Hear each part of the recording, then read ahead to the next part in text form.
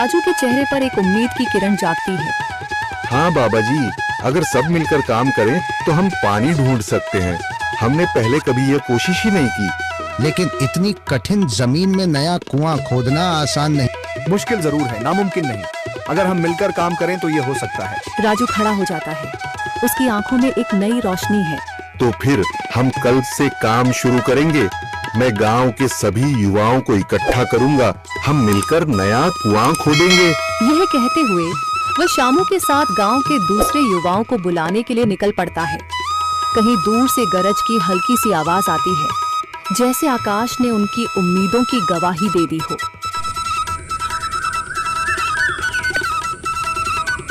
अगली सुबह राजू और शामू गांव के युवाओं को इकट्ठा करने निकल पड़े। चौधरी महेश की हवेली के सामने एक भीड़ जमा है। बाबा जी, संदरी, गांव के कुछ बुजुर्ग और किसान सभी मौजूद हैं। हम हाथ पर हाथ रखकर नहीं बैठ सकते। अगर अल्लाह ने हमें हिम्मत दी है तो हमें खुद पानी के लिए मेहनत करनी होगी। हम एक नया कुआं खोदेंगे। लेकिन राजू, क्या हमें यकीन है कि वहाँ पानी मिलेगा? बेटा, पानी जमीन के अंदर होता है, बस सही जगह खोदने की जरूरत है। हमने अपने बुजुर्गों से सुना था कि पुरानी नहर के पास जमीन नरम थी, शायद वहीं पानी हो। बाबा जी सही कह रहे हैं। अगर तुम सब यह काम करने के लिए तैयार हो तो मैं अपने कुछ मजदूर भेज सकता हूँ। धन्यवाद चौधरी जी, लेकिन हम सब खुद भी मेहनत करेंगे। यह हमारे गांव के अस्तित्व की लड़ाई है। संदरी, जो अब तक चुप थी, आगे बढ़ती है। हम औरतें भी पीछे नहीं रहेंगी।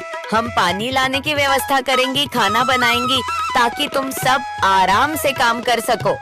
यही हिम्मत चाहिए थी संदर। पूरा गांव एक नई उम्मीद के साथ कुआं खोदने की तैयारी में जुट जाता है। दूसरी ओर कुआं खोदने का काम शुरू हो चुका है।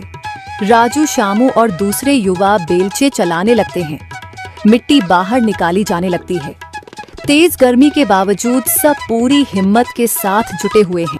दोपहर की तेज धूप जमीन आग की तरह तप रही है। गांव के लोग लगातार कुआं खोदने में जुटे हैं। हाथ छिलने लगे हैं, माथे से पसीना बह रहा है, मगर किसी ने हार नहीं मानी। महिलाएं पानी और सत्तू लेकर आती हैं ताकि पुरुषों को कुछ राहत मिले। हमें और गहराई तक जाना होगा। अब तक सिर्फ सूखी मिट्टी और पत्थर ही निकल रहे हैं। राजू, यह बहुत कठिन काम है। अगर हमें पानी न मिला। अल्लाह मेहनत करने वालों को कभी निराश नहीं करता बेटा। तुम सब अपनी कोशिश जारी रखो, पानी जरूर निकलेगा। हिम्मत मत हारो। अगर अब रुक गए तो फिर कभी पानी नहीं मिलेगा। सभी फिर से जोश में आकर काम में जुट जाते हैं, मगर सूरज की तपिश बढ़ती जा रही है और कई लोगों की सांसें तेज चलने लगती हैं। तभी एक तरफ से रामलाल और उसके आदमी हंसते हुए आते हैं। अरे भाई, तुम्हें लगता है कि जमीन तुम पर रहम करेगी? हाँ, ना समझ लोग, ये सब बेकार की मेहनत है। रामलाल, हमारा हौसला मत तोड़ो। अगर तुम मदद नहीं कर सकते तो कम से कम मजाक भी मत उड़ाओ। मदद? हाँ, मैं अपने कुएं का पानी बेच सकता हूँ, मगर मुफ्त में नहीं दूंगा। राजू सब अनसुना कर फिर काम में लग जाता है।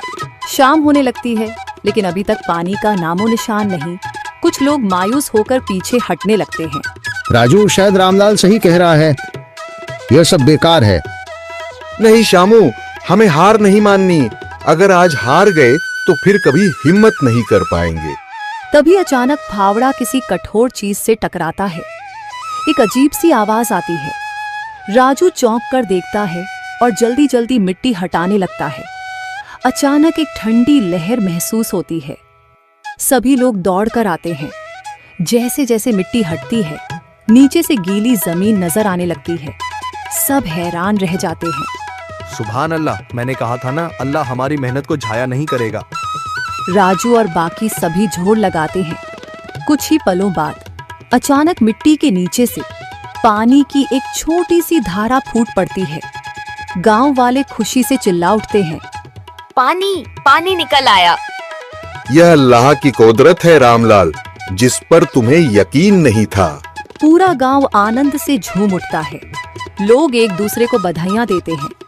औरतें दुआ करने लगती हैं। कुछ दिन बीत चुके हैं। गांव वाले नए कुएं से पानी